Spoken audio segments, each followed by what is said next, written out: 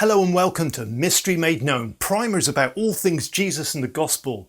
In this video, we're going to see how the coming of Jesus has made everything new for you and for me, for all of the cosmos, through establishing a brand new way that God relates to each of us.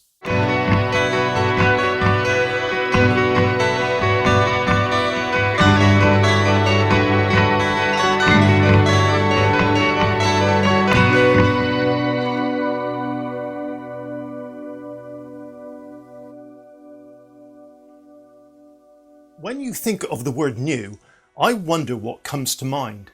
It could be something obvious, like a new consumer product, new clothes, new car, new smartphone, new TV, etc. Or it might be something bigger, a new home, new town, new job, new school, new friends, new colleagues, new boss, new partner. Or it might refer to the world around you. New moon, new season, new crop, new wine. Or again, it might be something more along the lines of a new way of seeing things, a new way of thinking about ourselves, a new way of seeing life and the world around us. Well, whatever it might be, new assumes something else. Something old has developed, changed, become obsolete, needed replacing. Whatever it is, one thing is for sure, our lives are immersed in a world that constantly includes the new replacing the old.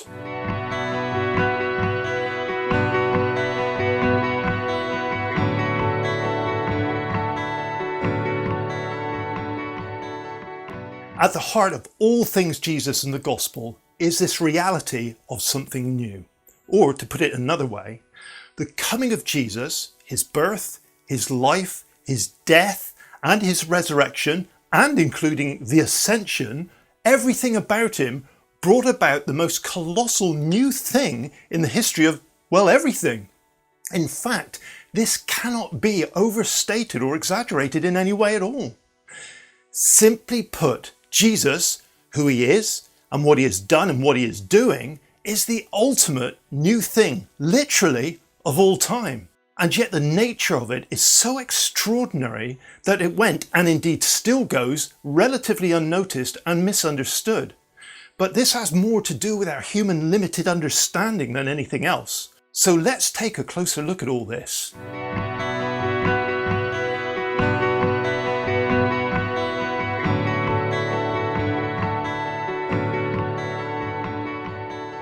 If you survey the New Testament, that is all things Jesus and the Gospel, if you survey it for mention of the new, you'll find it all over the place. Jesus illustrates the coming of the kingdom of heaven using new garments, new wine, new wineskins compared to the old. He describes the teachings of the kingdom as new treasures. In fact, the people describe all of his teachings as a new teaching. And of course, he presents a new command, the command to love one another as he has loved us, a way that defines all that he is doing. After Jesus' resurrection, the Apostle Peter is instructed by an angel after a miraculous escape from prison. He's instructed to go and stand in the temple courts and tell the people all about this new life. The Apostle Paul also describes faith in Jesus as new life, but also new creation, a new humanity, a new self to put on to replace the old self. He goes on to describe faith in Jesus as being made new in the attitude of the mind, the renewal of the mind. The Apostle Peter writes that faith in Jesus is about new birth and speaks about God's end plan as the new heaven and the new earth. The book of Revelation also talks about a new heaven and new earth, but also adds in the new heavenly Jerusalem. And he also includes new names to be given to all the people of God and a new song to sing.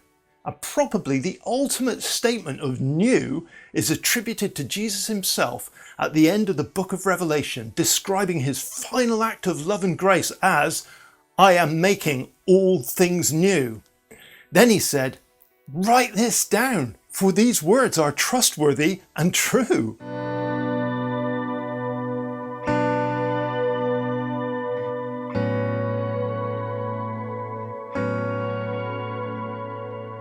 But let's just rewind a bit. There is one thing that stands out above all else to describe all things Jesus in the gospel, to describe all that he did and is doing.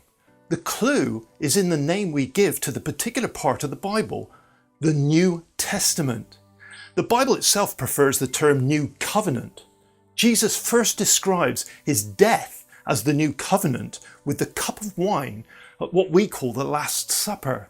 And the Apostle Paul confirms this in his account of the Last Supper.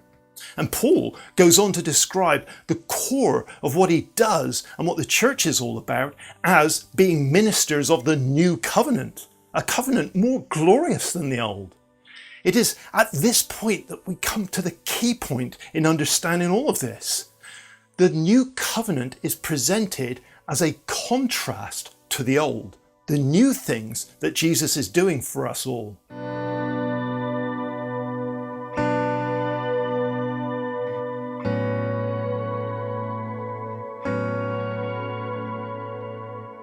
Now, the part of the Bible that deals most extensively in describing the New Covenant is the letter to the Hebrews. Basically, the core idea of covenant is established throughout the Old Testament and carried into the New Testament. It refers to the arrangement through which God deals with humanity, both collectively and individually. Another word for covenant is promise, a highly personal agreement. The book of Hebrews contains an astonishing claim. Listen to these verses. If there had been nothing wrong with that first covenant, that is the old covenant, no place would have been sought for another, that is a new covenant. And by calling this covenant new, he, that is God, has made the first one obsolete. And what is obsolete and outdated will soon disappear. So in some way, in some manner, Jesus has made the Old Testament, the Old Covenant, obsolete and replaced it with the New Testament, the New Covenant.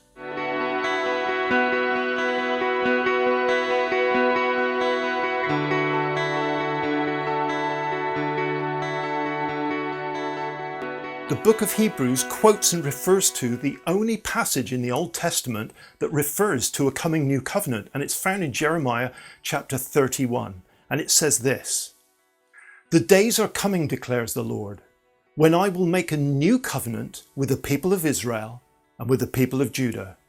It will not be like the covenant I made with their ancestors when I took them by the hand to lead them out of Egypt, because they broke my covenant, though I was a husband to them, declares the Lord. This is the covenant that I will make with the people of Israel after that time, declares the Lord. I will put my law in their minds and write it on their hearts. I will be their God and they will be my people. No longer will they teach their neighbor or say to one another, 'Know the Lord,' because they will all know me, from the least of them to the greatest, declares the Lord. For I will forgive their wickedness and will remember their sins no more."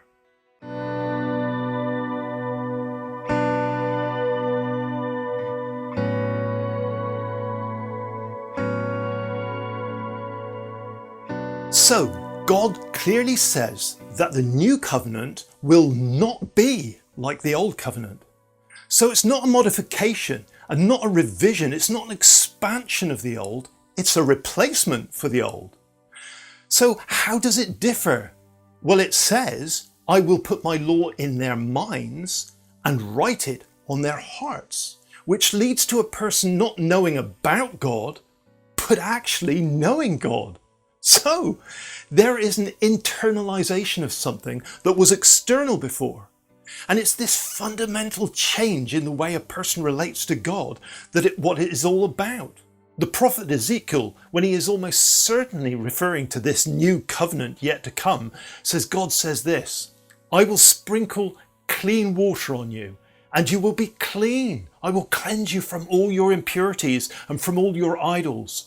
I will give you a new heart and put a new spirit in you. I will remove from you your heart of stone and give you a heart of flesh. And I will put my spirit in you and move you to follow my decrees and be careful to keep my laws." This is what the New Testament calls new humanity, new life, new birth, new creation, new self, made new in the attitude of the mind, the renewal of the mind, the new way of the Spirit.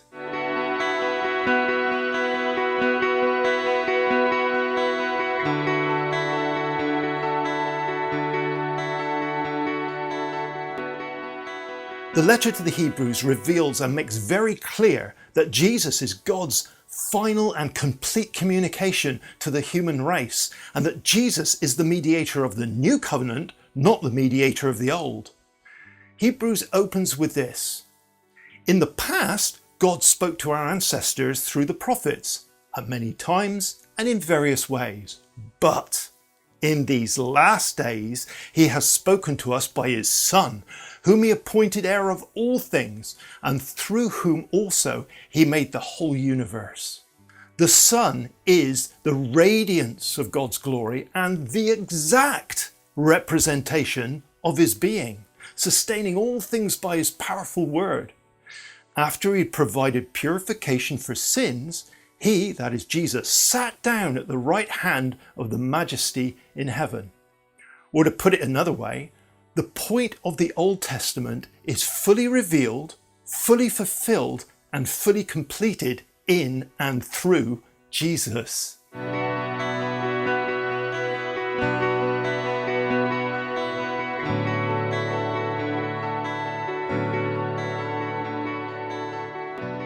The New Testament confirms this by one single fact.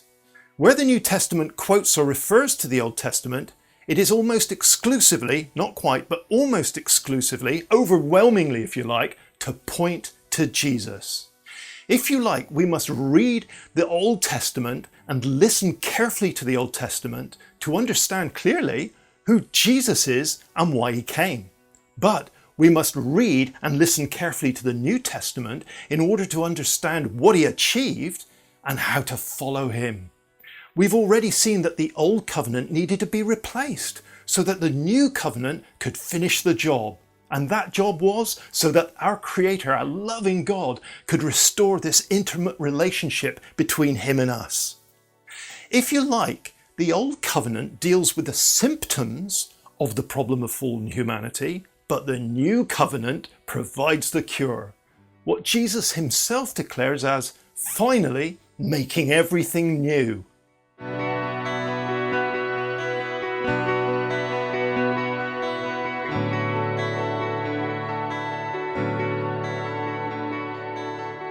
Now, I'm fully aware that this is a deep, rich subject, and I can't really do justice to it in such a short period of time. However, I'm addressing this because I've so often seen people get all confused about Jesus and following him by a confusion on how to read the Old Testament and the New Testament. The thing to remember from all of this is that you and I have a new life, a new self, a new way, a new mind, a new name, a new song to sing, a new identity, a new purpose, and a new destiny waiting for us to live out in and through Jesus. But just as Jesus replaced the old covenant with the new covenant, so we have to replace our old lives, our old self, with our new life, this new self. Jesus and the gospel is not an addition to an existing life. It is a replacement for an existing life, a replacement that Jesus describes as life in all of its fullness. Why would we not go for it? So I pray that you'll be able to understand all of this. I pray that the Holy Spirit will give you clarity about everything Jesus has done for you. I pray that you'll be able to experience this and find that you are a part of Jesus making everything new.